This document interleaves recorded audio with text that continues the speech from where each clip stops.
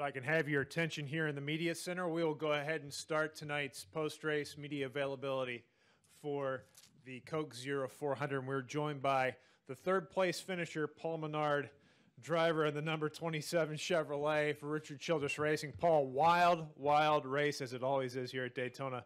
Congratulations on the third-place finish. Could you walk through how you got there? Yeah, I mean, we on Thursday when we practiced, I knew that we had a really good handling car. Sucked up pretty good in the draft, but I knew it was going to handle well tonight, and it did. And we wanted to race hard all night long, but I forget who wrecked up in 1 and 2, but we got in the wall pretty hard and had to work on some damage, so that put us back.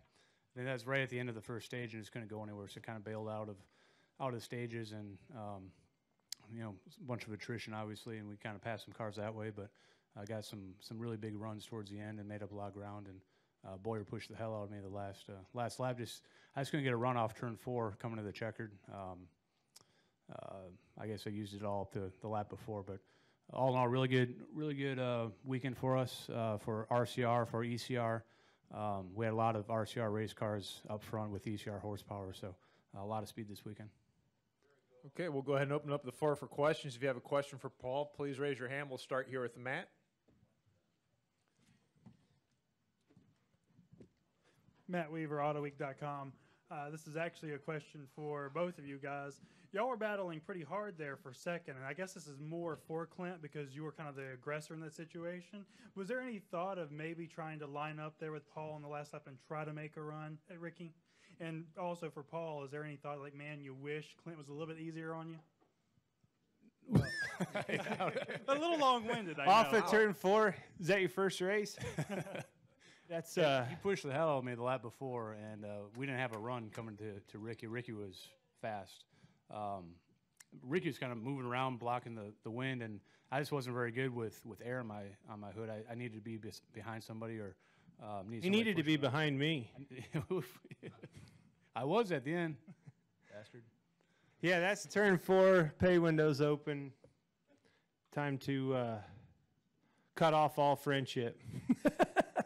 We didn't have a run, so yeah, it wasn't. It was we were racing each other at that point. I know it really wasn't any run coming behind me that I was in jeopardy of getting us both in trouble. It was kind of who were racing for second at that point. Yep. Okay, we'll go next to Bob here, and then we'll go upstairs to the press box. So we'll go next to Bob, and then we'll go to the press box. Bob Pockers, ESPN. I know that it seemed like everybody had a chance there at the end, but with the way Ricky had won Talladega, was he kind of the guy to beat, or was he kind of the guy that you were watching there? Well, I mean, let's face it, you get down to the end of that thing, and look who the fastest car was. I mean, I don't know. He qualified. Where did he qualify? 3rd or 4th? I think. You know, I mean, he's the fastest car right then.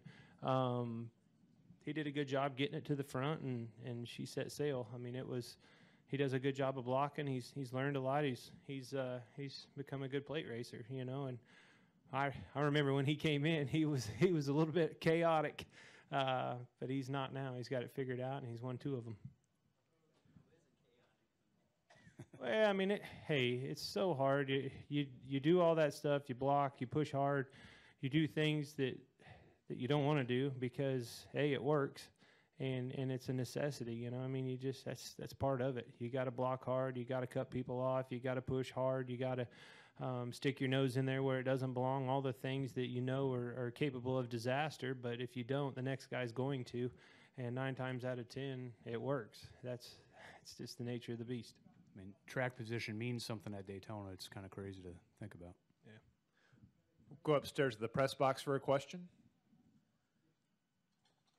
Matt Corson with theRacingExperts.com. For Clint, with the playoffs quickly approaching, does this run provide more momentum or frustration for you and your team? Well, it's definitely a momentum thing. I mean, look at the last 2 weeks. We've been, second runner-up. Second sucks, but it's better than third,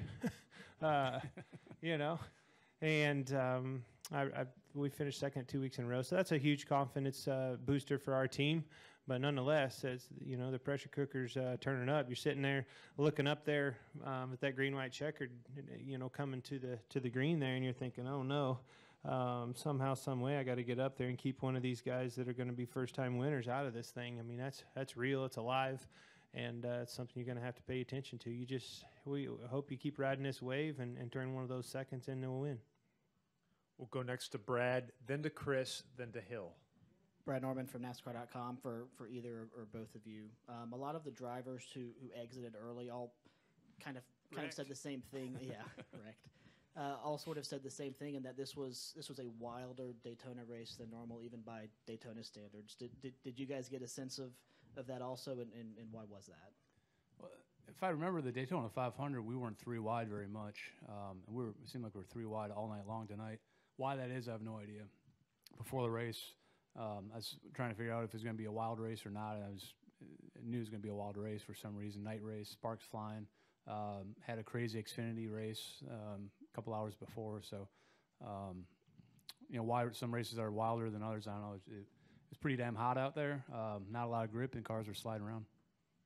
And I think for me, I think part of it is you come from Talladega. Our last time we were, plate racing, and you're able to run 3 wide, 4 wide, relatively easy. And then you get here and you're thinking, 3 wide's kind of the norm, after being at Talladega. But at the end of the day, you're 3 wide because you can. And then all of a sudden, somebody starts slipping up off the corner or something like that, checks up, stacks everybody up, late block or something, and the rest is history. We'll go next to Chris, then to Hill, then to Caleb. Yeah, hey guys, this is Chris Boyle from the Daytona Beach News Journal back here. You guys set a couple records tonight, 14 cautions, and also the longest race time ever for this event. So I want to know, was it difficult to set any kind of rhythm or with an amount of yellows throughout the course of the evening? Well, just a sense of urgency with those cautions. Every time you stack them back up, it's somebody will put them 3 wide, and then you got to get up there. You got to block it. You got to seem like if they got you 3 wide on the bottom or the outside, and you lost that momentum, the rest was history. I mean, that second. Are we under attack? Incoming. My God. I think they just blew every firework all at once. It was a malfunction. This is why are we stuck in here? I know. You're gonna have to wait to the 4th of My July wife now. is pumped right now as she's got a 6-month-old and a 2.5-year-old screaming. Kids are screaming right now. Yeah. Sounded cool though. I don't know. It's fun. We finished 2nd, 3rd. We did a good job. We didn't crash, didn't flip. I crashed. I'm hot. I want a cold beer. Are we done? Not until we get to Hill Overton. Oh. WNDB Radio. Do you have a cold beer? We'll find one. Clint, I'll tell you what, so near, but that first win's close. But did you see how close the Kyle Larson car came down out of the air, and you missed him? I bet it looked like 5 inches. It was right there. Did you see that when you were going through? He was to your right, just barely, when he came down out of the sky. I ducked. Not going to lie. I may have flinched a little bit. He could have ruined your night. I ducked to the Hans Clips count. That's as far as I could go. That was glad he kind of, endoed it a little bit, got his rear end up in the air so I could go under him. I appreciate that. That kid's pretty talented.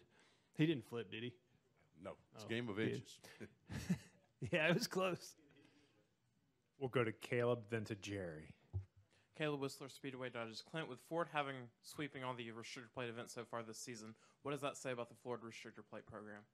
Well, tonight we just survived, and let me tell you something. At the end of that thing, you're looking over there, but with every caution, you'd look over, and it'd be a few of your partners over there in the pile, and you're like, uh-oh. And then the next caution would be a few more Fords over there, and the next thing you know, it's kind of me and Ricky there at the end. So let me just say this: those Roush Yates, engines are phenomenal. Doug does such a great job, puts a lot of emphasis on this plate stuff, takes a lot of pride in it, and they should. Those things run amazing. They take a beating out there. At the end of that thing, I was overheating, blowing water, doing all the things that you know it's going to happen when we get like that. I was pushing him all the way down the back straightaway, all the way through 3 and 4, and yeah, it was just kind of one of those deals. We're up against the wall, and I was shoving, and the water temperature was pegged and blowing water, but It's just those things are phenomenal. It's amazing any of these engines make it through this stuff. I mean, I'm just blown away if you really think about it and look at the mechanics of what goes on in them things each and every week. You're looking back at last week, all the RPMs and everything that turns. I'm just proud to have that Roush Yates horsepower under our hood. Jerry Jordan, KickingTheTires.net and PRN. Clint and Paul, secondary. But for you, man, second place again. I may have missed you talking about this, but how bad does it suck to get so close to the win? And for you, Paul, you guys, the RCR cars did pretty well tonight. Can you talk about y'all's program? Well, I could say as long as I get out of here before Ricky gets here, it's pretty good. He finished third, so I need to get out of here before Ricky does, and it'll go back to sucking. As far as us, we had a lot of cars up front. Ty led for a while. Austin was pretty strong till he got wrecked. But we had a lot of RCR cars and affiliates and ECR horsepower and all that. That was all really cool. Really hoped that we could have gotten a win there. Got all 3 RCR cars in the chase. We definitely had a shot. Just couldn't get that run off turn 4. I really did think T-J was going to win for a little while. I did. I knew you weren't going to win if I didn't. Well, gentlemen, right now it's officially 13 minutes of midnight, but it is also beer 30 for you. So go enjoy. Thanks, guys. Good luck in Kentucky. I'll take it.